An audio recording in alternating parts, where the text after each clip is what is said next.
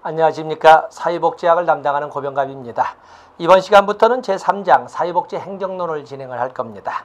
자, 우리가 행정이라고 하는 것은 관리 또는 집행의 개념을 우리가 행정이라고 설명을 하는데, 자, 우리가 일반적으로 설명하는 것이고 학교 입장에서는 어떻게 정리를 하는가. 그 경우에 행정이란 정치 권력을 배경으로 공공정책의 형성 및 구체화를 이룩하려는 행정조직의 집단행동, 이렇게 설명을 합니다.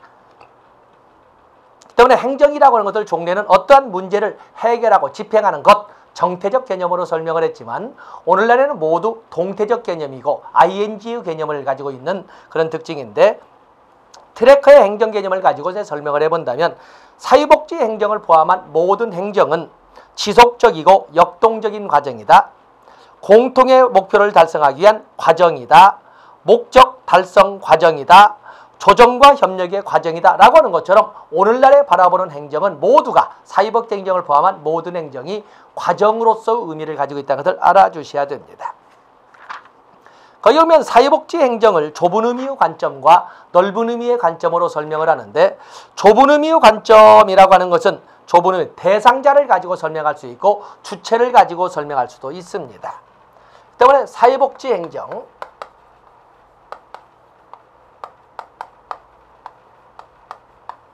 사회복지 행정의 개념을 가지고 협의와 광의로 이렇게 해석해 본다면, 그냥 어쨌든 대상자로 본다면 여기는 요 보호자만을 대상으로, 요 보호자를 대상으로 하는 행정은 좁은 의미의 사회복지 행정이라는 것이고, 그래서 구성원 모두, 구성원 전체를 대상으로 할 적에는 넓은 의미의 사회복지 행정이라고 합니다. 때문에 사회복지 행정 집행의 과정에 있어서 여기는 당연히 선별주의를 이 운영 인용을 하고 있는 것이고, 광의는 당연히 보편주의를 운영 이념으로 설정을 하고 있습니다. 자, 사회복지 행정 좁은 의미의 선별주의를 또 만약에 주체로 본다면, 주체로 설정을 한다면 사회복지 행정의 주체는 시설행정을, 사회복지 시설 행정만을 가지고, 바로 현장에서 직접 집행하는 사회복지 시설 행정만을 가지고, 여러분들 435페이지 나와 있지, 행정만을 가지고 올 적에는 바로 거기 나오는 좁은 의미의 사회복지 행정이라는 것이고, 그에 비해서 일반 행정, 사회복지 관련 행정, 재반행정을 사회복지 행정이라고 할 적에는 넓은 의미의 사회복지 행정이라고 여러분들이 그렇게 접근하시면 됩니다. 그래서 대상, 운영 이념, 그리고 주체를 가지고 이렇게 비교를 해봤습니다. 다음에 거기 보시면 사회복지 행정의 필요성이 쭉 나와 있는데, 필요성, 사회복지 행정이라고 하는 것은 거기 6번으로 쭉 해놨지요. 사회복지 행정의 필요성에서 6번. 사회복지 행정이라고 하는 것은 결국에 외부 자원을 도입해서 그것을 배분하는 과정을 통해서 행정이 집행되기 때문에 당연히 거기는 어떻게 하면 한정된 자원을 가지고 보다 효율적으로 운영할 수 있느냐 하는 고민이 결국에 보다 체계적인 운영의 원리로서 행정을 필요로 하게 되었다. 또한 환경과의 상호작용을 보다 원활하게 하기 위해서 행정은 필요하다. 또 그런가 하면은 어떤 조직 목적의 보다 효율적 달성을 위하여 행정은 필요하다. 이런 식으로 해서 쭉 설명을 하면서 6번의 책임성 유행을 위해서도 사회복지 행정은 필요하다. 그래서 6가지를 적어놨기 때문에 여러분들이 문제로 나왔을 때 이 문제를 가지고 틀릴 일은 없습니다. 그래서 마음 편하게 가볍게 터치해 주시면 되겠습니다. 다음에 사회복지 행정의 특징입니다. 사회복지 행정의 특징. 사회복지 행정의 특징을 보면은 사회복지 행정이라는 것은 사회복지 하나는 당연히 문제 해결 과정입니다. 문제 해결 과정이다. 또 사회복지 행정은 하나의 시스템, 체계를 이루고 있다. 또 사회복지 행정이라고 하는 것은 가치 판단적 요소가 가미된다. 가치 판단적 요소의 가미를 특징으로 한다. 또 사회복지 행정이라고 하는 것은 미래의 보다 바람직한 미래를 구현한다. 보다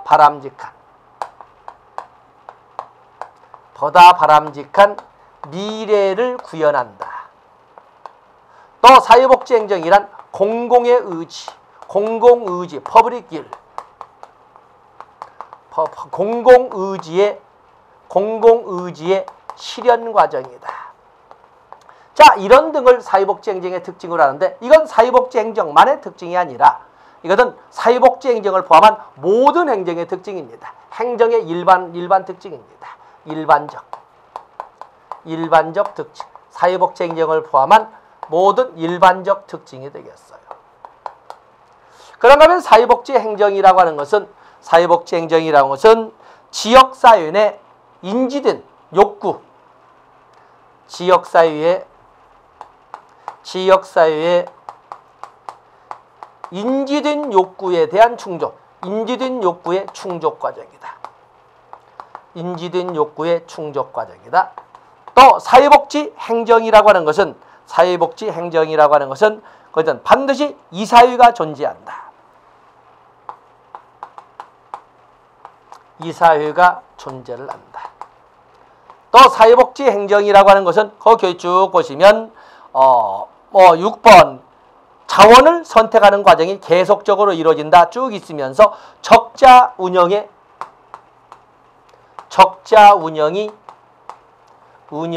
필연적 배제. 물론 다른 행정도 당연히 적자 운영은 배제되어야 하지만 추경 예산을 기다리는 이런 과정이라도 필요하다면 적자 운영을 어느 정도 감수하더라도 운영할 수가 있지만, 문제는 사회복지 행정에서는 적자 운영이 있어서는 안 됩니다. 많은 부분이 공공부조의 성격을 가지고 있는 것이기 때문에 필요 적응을 해주지 못하면 사회복지의 존립가치가 없게 되는 겁니다. 그래서 다른 행정도 물론 적자 운영을 해서는 안 되겠지만 사회복지 행정은 특히 적자 운영은 배제되어야 합니다. 그러면 소위 일선행정가의 참여.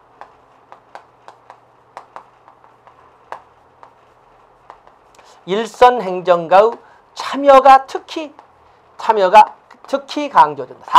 특히 강조된다. 이것은 사복행정의 차별점이라고 할 수가 있습니다. 차별점. 그래서 교재에 있는 걸 모두 적지 않았지만 일반 행정과의 공통점도 이렇게 적었지만은 사회복지 행정만의 특징도 몇 가지만 이렇게 판서를 해봤습니다. 그래서 여러분들이 구별해 주시고, 다음에 그 438페이지 오면 사회복지 조직의 특징이 나와 있습니다. 어찌 보면 사회복지 조직의 특징과 사회복지 행정의 특징은 같이 겹쳐서 나오는 경우도 많습니다. 그래서 여러분들은 거기 사회복지 행정의 특징 그중에 사회복지 조직의 특징으로 사회복지 조직의 특징에서 인쇄 닮을 듣군요. 사회복지 조직의 특징으로 이렇게 정리를 해보면 아마 판서당 이게 나눈 것 같습니다. 그래서 쌀이의 특징이 위에 3번으로 가고 그것이 1번, 2번으로 왔어야 되는데 그렇습니다. 그래서 거기 보시면 사회복지 조직의 특성을 보시면 거기 보면 사회복지 조직은 3번부터 보겠습니다. 사회복지 조직의 대상은 문제나 욕구를 지닌 인간입니다.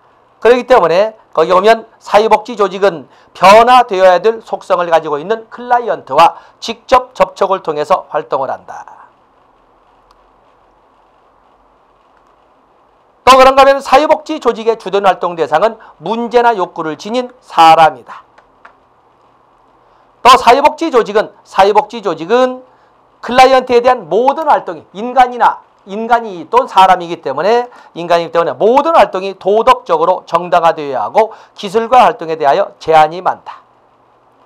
또 사회복지 조직의 대상은 바로 인간이기 때문에 인간이 가지고 있는 복잡하게 다양한 모든 욕구를 종합 또는 단위로할 수가 없다는 점에서 어떠한 목표를 도출하는데 합의된 목표를 도출하는데 한계가 있다.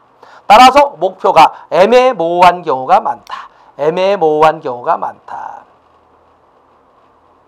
또 그러면 사회복지 사회복지 조직은 인간을 대상으로 하기 때문에 아주 정형화된 어떤 기술을 사용하는 데 한계가 있다. 그래서 거기 보시면 소기의 결과를 얻는데 불완전한 지식과 기술을 사용하고 있다. 그로 인하여 성공 확률이 높지도 못하다. 성공 확률이 그리 높지도 못하다. 또 사회복지 행정에 사회복지 행정에서 사회복지 조직에서는 성과를 측정할 수 있는 표준화된 측정 도구가 없다. 따라서 그 결과에 대한 또 그 결과를 바탕으로 한 변화 혁신에 대한 이의 제기가 그 어떤 행정이나 어떤 조직보다도 많다라는 것을 이렇게 특징으로 하고 있습니다. 그래서 특히 7번과 같은 경우가 곧잘 옳지 않은 것은 이렇게 나올 때는 문제이기 때문에 3번부터 3, 4, 5, 6, 7번 정도를 여러분들이 보시고 그리고 10번 여러분 알 수 있습니다. 다음에 환경과 사회복지 행정을 보도록 하겠습니다. 사회복지 행정을 둘러싼 환경에는 일반 환경과 과업 환경이 있습니다. 일반 환경이라고 하는 것은 일방적으로 사회복지 행정이나 조직에 영향력을 행사할 뿐인, 그리고 사회복지 행정이나 사회복지 조직은 일방적으로 그 영향력을 수용할 수밖에 없는 그 환경을 일반 환경이라고 합니다. 인구학적 변동, 인구학적 조건을 어떻게 사회복지 행정이나 시설이 그걸 조정할 수 있겠습니까? 또 경지적 변동, 또 문화적 변동, 정치적 정권 변동, 이런 것을 조그마한 사회복지 시설이나 조직이 그걸 좌지우지할 수는 없고 그 변화로 인한 파장을 그대로 고스란히 반영할 수밖에 없다는 것입니다. 바로 그런 환경을 우리는 일반 환경이라고 하는데, 거기 일반 환경 보면 경제적 조건, 사회 인구학적 조건, 문화적 조건, 정치적 법적 조건, 또 과학기술의 발달로 인한 기술적 조건, 이런 것들이 바로 일반 환경의 의미를 가지고 있습니다. 그에 비해서 과업 환경 또는 업무 환경이라고 하는 것은 끊임없이 사회복지 조직이나 끊임없이 사회복지 행정과 상호작용 중에 있는 환경을 우리는 과업 환경, 업무 환경이라고 합니다. 그림을 모 선생님이 그 그림을 갖다 놨는데, 재정 자원의 공급자, 클라이언트의 제공자, 보완적 서비스의 제공자, 합법성이나 권위의 제공자, 또 수혜자나 소비자, 경쟁 조직, 끊임없이 상호작용하는 이런 조직을 업무 환경, 과업 환경이라고 합니다. 자, 그래서 환경 봐주시고. 자, 이번에는 사회복지 행정의 모형을 보도록 하겠습니다. 사회복지 행정의 모형에는 고전 모형, 또 인간관계 모형, 신고전 모형이라고 합니다만 인간관계 모형, 구조주의 모형, 또 체계 모형 등으로 이렇게 나눠볼 수가 있습니다. 모든 학자가 똑같이 나오지는 않습니다만 바로 이제 그 4개의 모형으로만 정리를 했습니다. 그래서 사회복지 행정의 모형,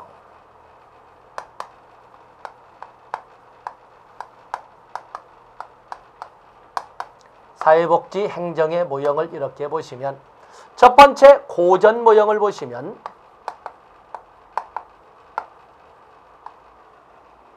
사회복지 행정 모형에서 고전 모형은 여기는 사회복지 행정 조직을 기계로 인식을 합니다. 기계로. 그렇기 때문에 기계처럼 프로그램화된 대로 운영만 한다면 생산성은 얼마든지 증대될 수가 있다라고 하는 것이 바로 이 고전 모형입니다. 그래도 고전 모형을 일명 기계 이론이라고도 합니다. 여기는 당연히 이 고전 모형에서는 거기에서는 당연히 인간을 경제적 합리성을 지닌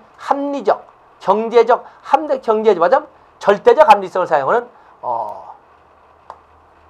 합리적 경제인으로 제공하고, 그리고 경제적 급부를 높여줄 수만 있다면 얼마든지 조직 목적 달성도도 또는 조직 목적 달성의 효율성도 높아질 수 있다라고 봅니다. 또는 이들은 공식 조직 또는 원리 원칙,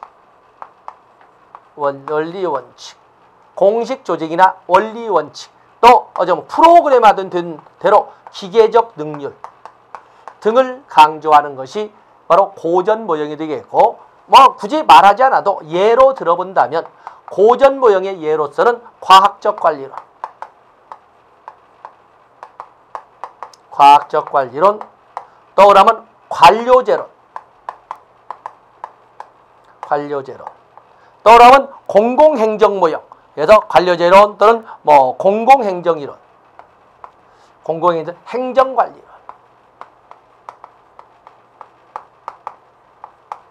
뭐 행정. 자, 이런 등등이 모두 고전 모형이 되겠어요.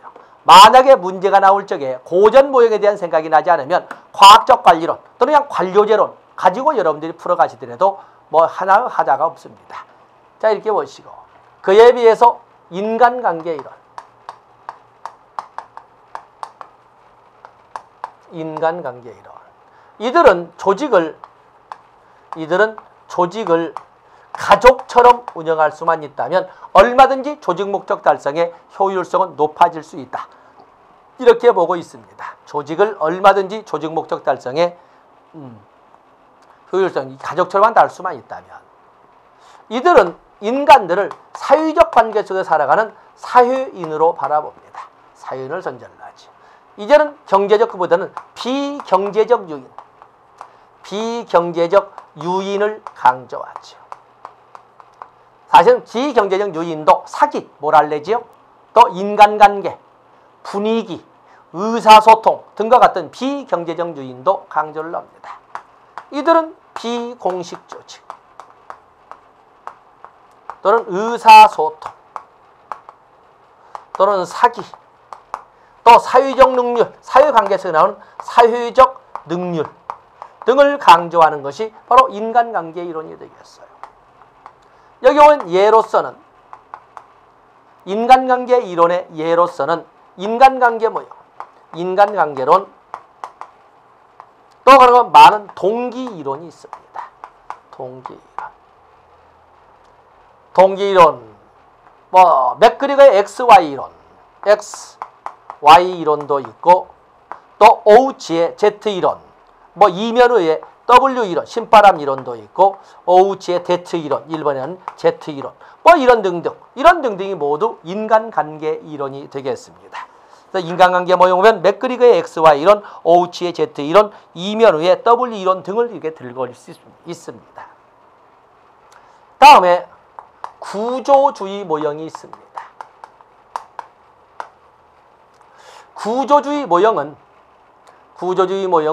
고전 모형과 인간관계 모형, 인간관계 모형, 신고전 모형이라고 하는데 이 인간관계 모형의 중간 모형으로 이들은 조직을 어떠한 복합체로 봅니다. 복합체. 그래서 이 소위 중간 이론으로서 고전 모형과 인간관계 모형, 고전 모형과 신고전 모형의 중간 모형으로 소위 다요인적 접근을 강조합니다. 다요인적 접근을 강조한다. 이 말은 뭐냐면 고전 모형처럼 어떤 합리성은 적었군요.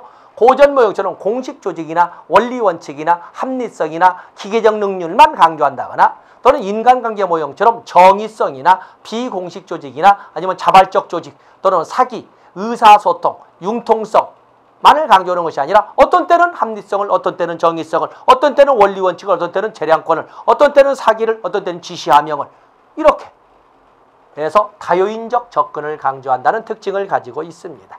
중간 모형적, 고전 모형과 신고전 모형의 중간 모형적 성격을 가지고 있는데 이 구조주의 모형에서는 특히 앞에 있는 고전 모형과 신고전 모형과의 차이가 있다면 환경 요인의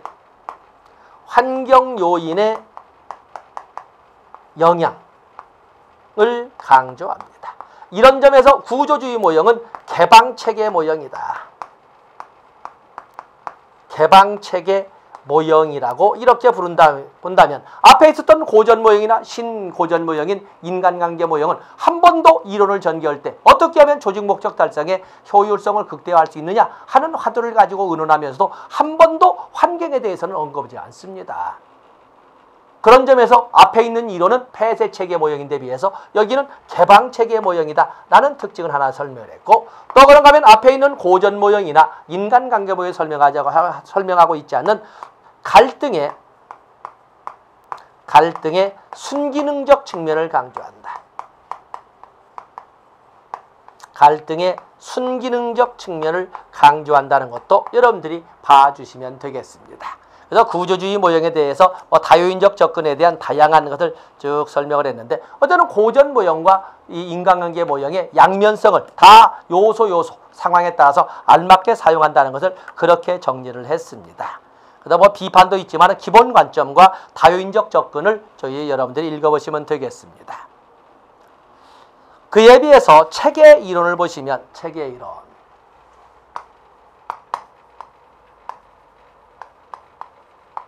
체계 이론을 보시면 체계 이론에서는 조직을 어떻게 기계니 가족이니 복합, 이것은 조직을 어떤 살아있는 유기체로 봅니다. 살아있는 생명체로 보는 거죠. 이들은 그렇기 때문에 체계 이론에서 우리가 인행사에서 다뤘습니다만은, 이들은 체계 이론에서는 이 조직에서 강조하는 것은 어떤 상호 의존성. 이 상호 의존성이 물론 수직적 위계성도 있고 혼론적 성격도 있고, 또 그러면 이런 등등 상호 의존성을 강조한다는 거. 체계 이론에서는 하위체계, 그냥 하위체계로서 쭉 설명을 하는데, 하위체계로 설명하고 있는 것이 바로 생산 하위체계, 적응 하위체계, 유지 하위체계, 경계 하위체계, 관리 하위체계, 이렇게 5가지가 있다라고 설정을 했어요. 생산 하위체계, 사회복지라고 하는 것은, 생산이라는 것은 도움이 필요한 사람에게 제공될 수 있는 서비스나 재화를 제공하는 거지요. 그 때문에 여기는 서비스 제공 업무를 담당하는 파트는 생산 하위체계라고 합니다. 서비스 제공 업무를 담당하는 거지요. 그에 비해서 적응 하위체계는 것은 환경 변화에 대한 적응을 이끌어야 되는 연구나 개발을 담당하는 부서는 적응 하위체계라고 합니다. 그에 비해서 유지 하위체계라고 해가는 것은 현 체제를 유지하기 위해서 반복하는 교육, 훈련을 담당하는 파트는 유지 하위체계라고 합니다.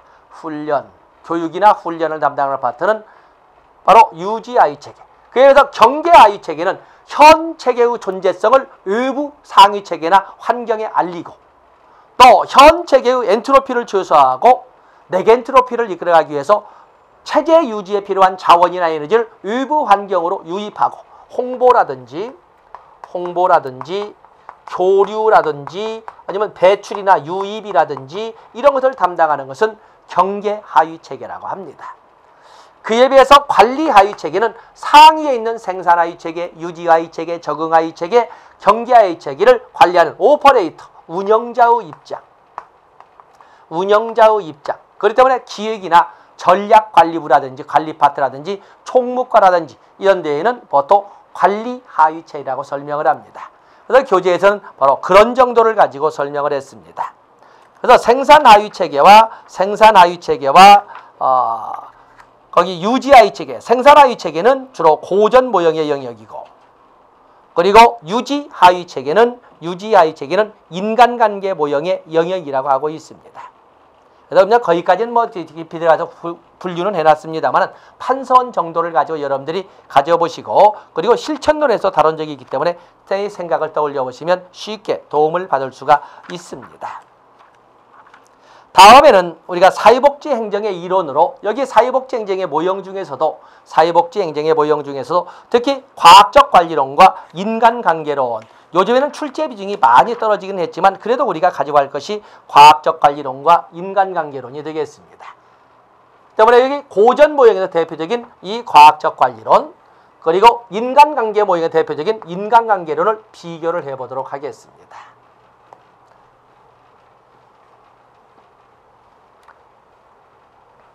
그 때문에 우리가 출제된다면 과학적 관리론,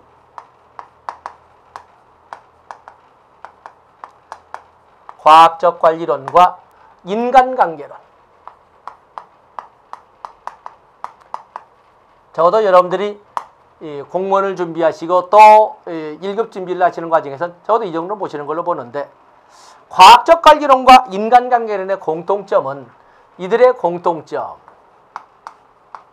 과학적 관리론과 인간관계의 공통점은 모두 능률을 강조한다는 것입니다. 능률, 즉 생산성 증대를 강조한다는 거죠. 생산성 증대를 어떤 능률을 강조하느냐, 어떻게 생산성 증대를 강조하느냐는 차이가 있겠지만 어쨌든 근본적인 목적은 여기에 있습니다.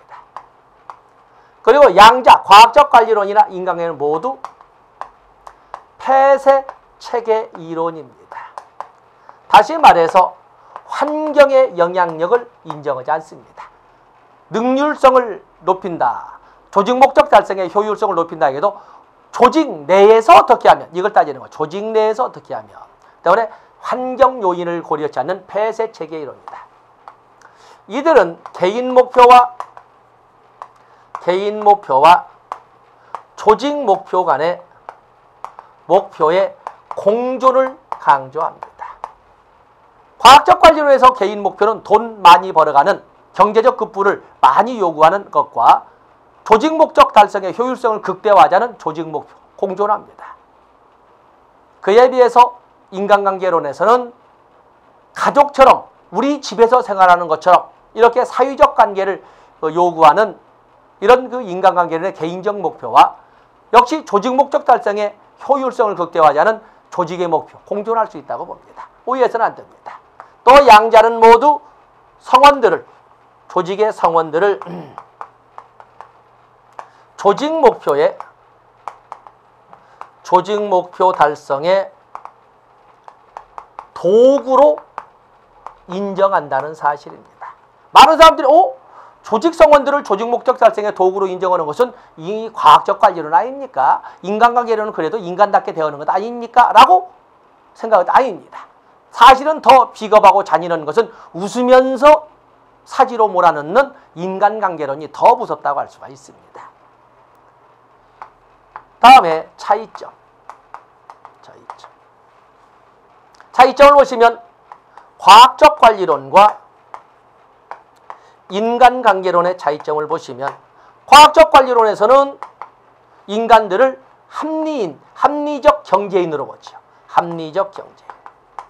아주 피도 눈물도 없는 합리적, 빈틈없는 경제인으로 보는 데 비해서 인간관계에서는 사회인으로 봅니다. 사회적 관계 속에서 살아가는 존재로 보는 거지. 과학적 관리론에서는 능률을 강조한다고 해도 정해진 대로만 움직이면 능률성은 높아진다는 기계적 능률, 프로그램화된 대로, 이걸 우리가 원리 원칙을 강조한다는 거죠. 원리 원칙. 그에 비해서 인간관계론에서는 사회적 능률을 강조합니다. 사회적 능률. 때문에 원리 원칙을 부정하는 건 아니지만 어느 정도 융통성이나 재량성도 강조합니다. 또 그런가 하면은 인간관계론에서는 공식적 조직, 과학적 관리론 무조건 정해진 표면적, 공식적 조직 중심입니다. 그에 비해서 여기는 비공식적 조직, 비공식적 조직도 강조한다는 것이 되겠어요. 뭐 다음 가지 쓸 수 있습니다만 이렇게, 그래서 과학적 관리론과 인간관계론의, 자 여러분 제가 그것은 445페이지 원리, 444페이지 행정이론의 발달이론도 시대별로 출제된 적이 한 2번 있지요. 박스 안에 있는 차례 과학적 관리론, 오른쪽 내용 말고 과학적 관리론, 인간관계론, 행동과학론, 체계이론, 사회과정이론, 이런 순서 한번 봐주시고, 445페이지 원리, 시간연구, 동작연구, 표준화, 그리고 성과급제도, 이 4가지에다가 과학적 관리론의 특징을 여러분들이 봐주시면 되겠고, 인간관계론에서도 문제를 보시면 447페이지 인간관계론의 특징, 양자 비교해 보시면서 여러분이 판사한 것은 그 밑에 박스를 여러분 손으로 지금 비교해 보신 겁니다. 거기가 출제가 될 겁니다. 그래서 적어도 여러분들의 이 수준을 인정하고 넘어가기 때문에 앞에 있는 것은 배경 지식으로 실질적으로 필요로 하는 것은 447페이지 과학적 관리론과 인간관계론의 비교를 가지고 정리를 해봤습니다. 자, 이 시간 여기까지 하고 다음 시간에 사회복지행정의 2년부터 진행하도록 하겠습니다. 고맙습니다.